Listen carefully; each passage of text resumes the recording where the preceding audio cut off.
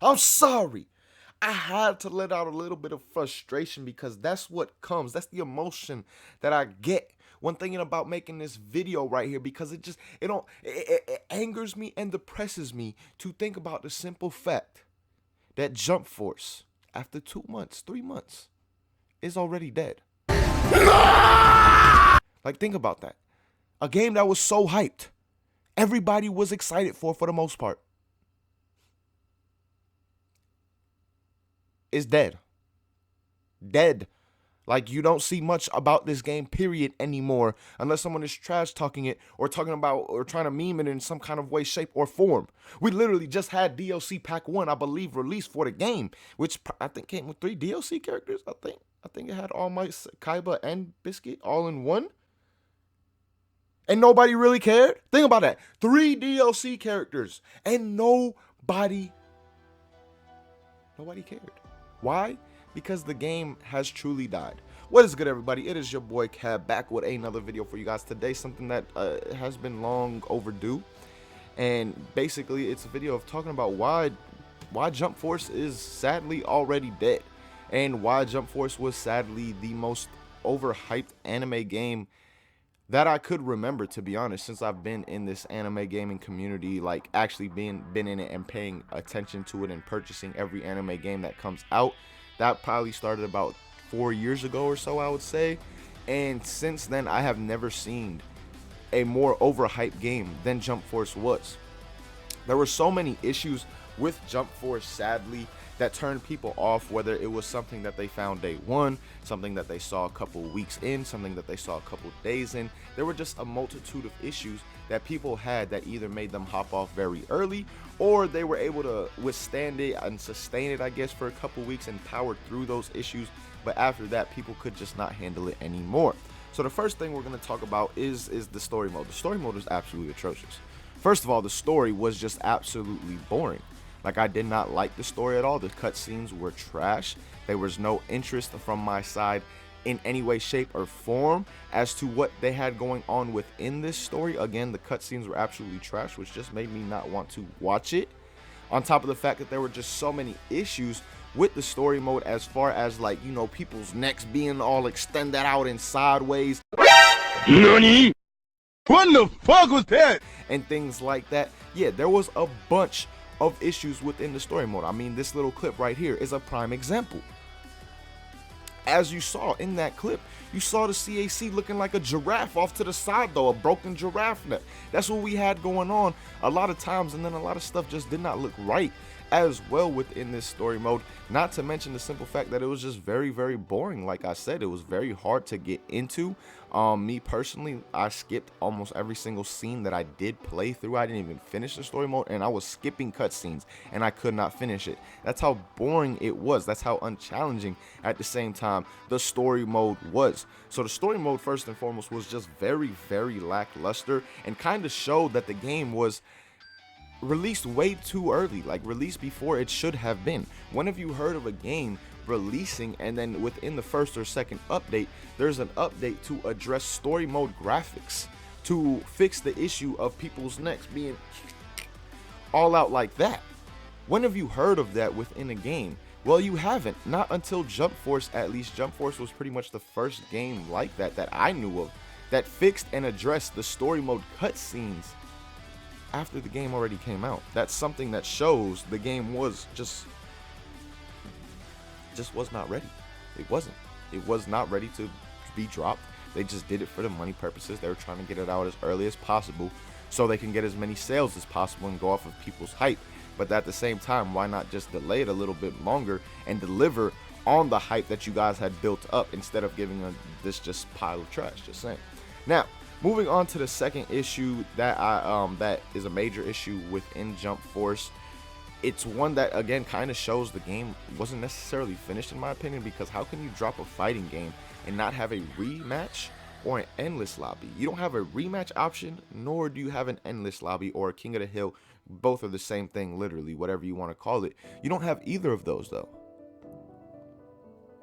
I mean, games like Xenoverse 2, Xenoverse, Storm, all these other anime games that are fighting games have this feature. Why does Jump Force not have either of these features? Why can I not rematch my homies? Why do I have to load out and send them an invite every single time? Why? That makes absolutely no sense. Why can I not get into an endless lobby with multiple of my homies and just keep the winner on like it should and continue to play? You know, I've had a lot of fun endless lobbies on the Xenoverse series, Xenoverse 1 and 2, countless other games as well, on Storm 4, Mortal Kombat.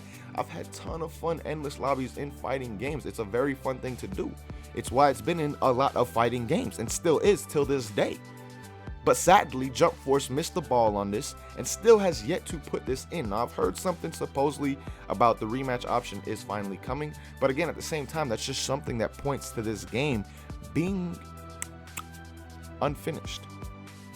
Because if it was finished, why would you have to implement this? You wouldn't have to implement these things if the game was done and ready to actually be released, but it was not ready to be released. It was not done. I've never seen a game get so many updates as I have with Jump Force. Like, Jump Force got so many updates, but not much really changed. That's the crazy part. Like, it was getting updated almost every couple days when it first came out. Like, for the first 2.5, 3 weeks, however long I say I played the game had over 10 updates. Like, it was on version 1.1 something by the time I stopped playing, and I stopped playing it after like 2 or 3 weeks. Like I said, that's absolutely insane. Again, something that is pointing to the major flaws of this game, showing that it just was not ready to be released. Now, moving on in this discussion, because I don't want to stay on that one subject for too long. Next thing I'm going to talk about, guys, is probably the major one. It's the gameplay, the online gameplay, the things that this game enables you to do as a player, and what is more friendly to work within this game than other things. Now, combos, I'm going to say it right here, right now. Combos, I've said it before, are not something that they wanted in the game. It's just the way the combos work. First and foremost, the way the stamina gauge works, the simple fact that you can use stamina one time and it takes 100% of your bar, and then you can literally use it when you get 0.01% of the bar back, makes absolutely no sense. And this enables actual combos like long strings and things like that, where the 3 light 4 heavy or 4 light 2 heavy into the combo, it takes that possibility away, because people are able to use their stamina so quickly because they get it back so quickly, because it only takes 0.1%, not 100 like the first one does. Like, have you ever heard of that in any kind of game where there's a stamina bar? One vanish can take 100%, but then the next one can take 0.1. What?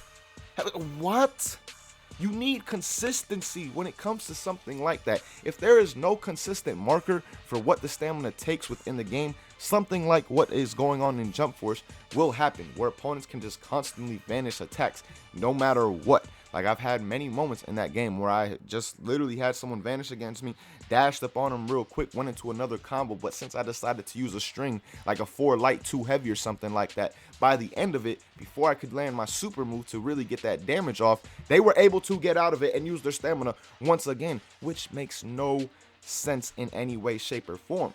Now let's get on to what that actually promotes at the same time. If combos aren't good for the game and people are able to get out of combos so easily, then what does that lead you to next? Let me try some super moves. Let me try some raw supers and see what that does. And surprisingly, in Jump Force, raw supers can lead to so much damage, it's crazy. The fact that you can link one super, assist, another super, ultimate. You didn't even do one punch or kick, and you just did over 50% of damage. Like, think about that.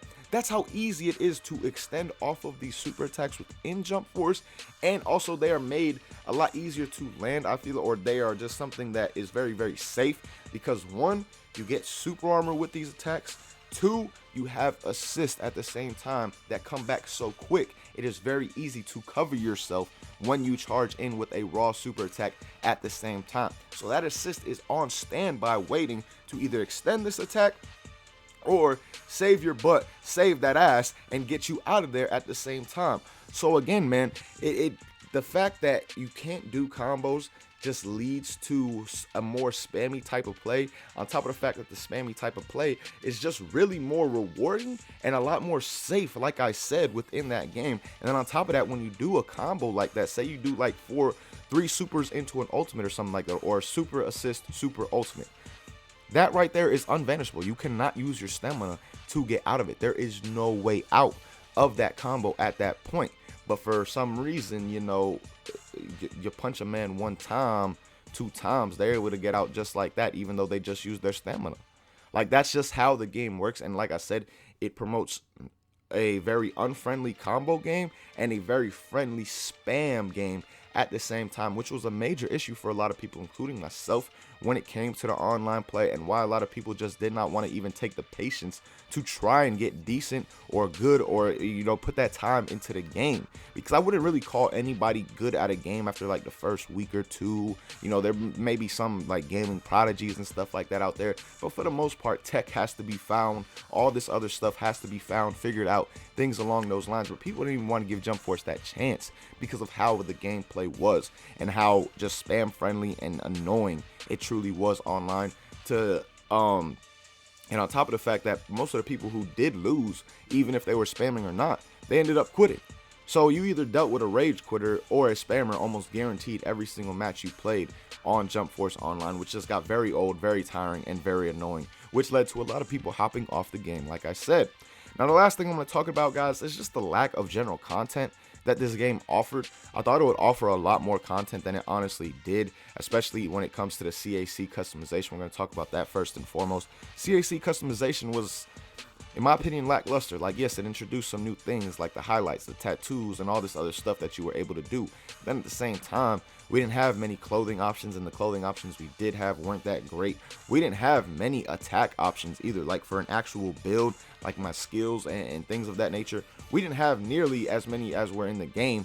Like, for example, I believe we had 19 ultimates available to our CAC on launch. There's 40 characters in the game, meaning there's at least 40 ultimates within the game. Why do we not have somewhere near 40 ultimates available to our CACs? There are that many within the game. Like, it makes absolutely no sense to me. Their process or of picking these ultimates that are in the game made no sense to me either. Like, some sword ultimates weren't there, and I would understand that if they didn't generate this blue energy sword thing that your CAC carries when he does use a sword attack, and there are other sword ultimates already available to us. So I just don't understand it.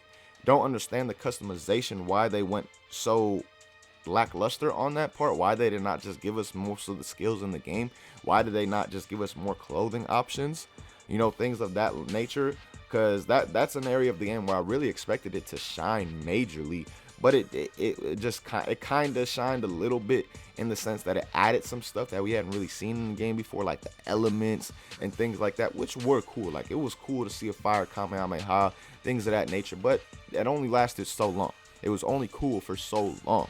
And again, to me, the customization was just very, very lackluster. And it just goes to show with the lack of content as well.